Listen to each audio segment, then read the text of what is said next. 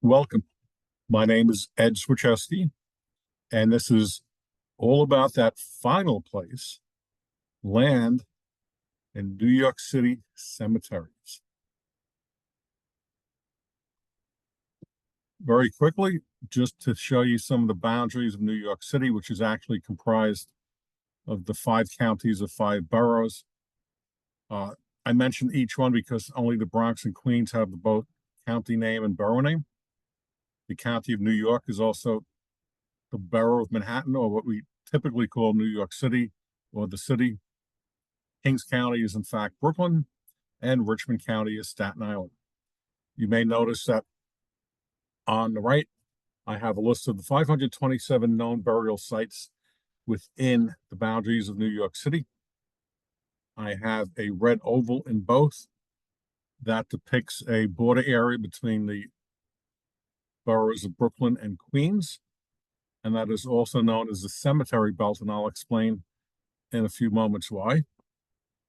Also, that green arrow to the right of that, to the left of that, is Greenwood Cemetery. That's the largest cemetery in New York City, boasting over, I believe, 483 acres or thereabouts. And let's take a closer look into the early history of New York City cemeteries. The first burial grounds in New York City were often church affiliated, located in Manhattan. Right, that's where the settlers came in. That's where the trading was occurring. That's where the actioning was happening, and therefore burials were done within the community. Potter's Fields, those are burial grounds for the indigent and unknown, and they began also in the 18th century. By the way, Potter's Fields still exist in current day New York City, and during COVID, there are many burials that were interred in the Potter's Fields. The rural cemetery movement in the 19th century led to the development of large landscaped cemeteries. Some of the notable early cemeteries, and I have pictures of each one. The picture on the left is Trinity Churchyard in Manhattan. I walk by that all the time. I work in downtown Manhattan. The Marble Cemetery, which is also in the area we call Soho, south of Houston Street, and Old St. Patrick's Cathedral, again, on the Lower East Side. Obviously, the new St. Patrick's Cathedral is on Fifth Avenue. But again, early on, most burial sites were in or near the church or other place of worship that people attended. By the way, the Marble Cemetery in the middle, there are 158, burials under the ground. However, on the walls are the names of all of those that are buried. So rather than having markers or headstones or footstones or any other thing on the ground itself, all the names are on the walls. By the way, you can rent that space in the Marble Cemetery for your weddings, parties, corporate events, or photo ops. Interesting how cemeteries have changed over time, huh? So the rural cemetery movement emerged not only as cities became more industrialized, but they became more populated. And also, it was less desirable to have cemeteries literally in the main workplace in Manhattan. So the legislature passed the Rural Cemetery Act of 1847. This began to provide park-like settings with landscaping and monuments, and families would picnic on day trips. So you'd go to your nearby rural cemetery and spend the day there, enjoying the statuary, enjoying the lake, having a picnic, and they became places for reflection and leisure, and not just burial grounds. So, for example, Greenwood Cemetery in Brooklyn contains 600,000 graves spread out over 478 acres. And the images depict the main entrance on the left, one of the lakes in the middle, and an aerial photograph showing a part of the cemetery in the foreground, and in the background on the left is what we call Lower Manhattan. And from this image, you can see One World Trade, or what we call a Freedom Tower. And there's other cemeteries similar to that. Now, you may wonder how come I'm not saying who's buried there. That would be for a talk focusing on people rather than places. So it's not that I'm not aware who's buried there, but this isn't the right webinar for that. So, cemeteries and religious and ethnic diversity. In New York City, cemeteries reflect the city's diverse population. Many cemeteries have sections dedicated to specific religious or ethnic groups. Oftentimes, they're literally adjacent to each other. I do give a list of different religious or spiritual traditions and some of the cemeteries that are associated with them. And additionally, and this was a big deal about 20, 25 years ago,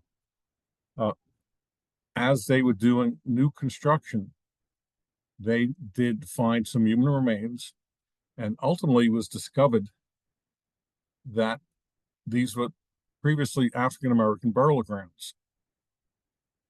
Now, at the time, and in fact, the map on the bottom left is a map from 1852 showing where that cemetery was located. The purpose was, quote, grounds as a burial place to bury Black persons of every denomination and description, whatever, in the city, whether bond or free. Now, the memorial itself, the African Burial Ground National Monument in Manhattan, is an image in the middle. And this is an aerial image, so it's actually probably a little over 120 feet wide, give or take. And the image on the right, there's a visitor center associated with that. And that's kind of nice because it's not just talking and giving details about people's deaths and burials. It's giving a glimpse into their lives. And when you think about it, that's really what the practice of genealogy is all about. Sure, we want to get vital records, birth, marriage, death, but those are the very, very bare bones that we want to actually find out more about that person's life and, in a sense, bring them back to life, resurrect them, at least to the extent that we can learn about their lives and share them with others.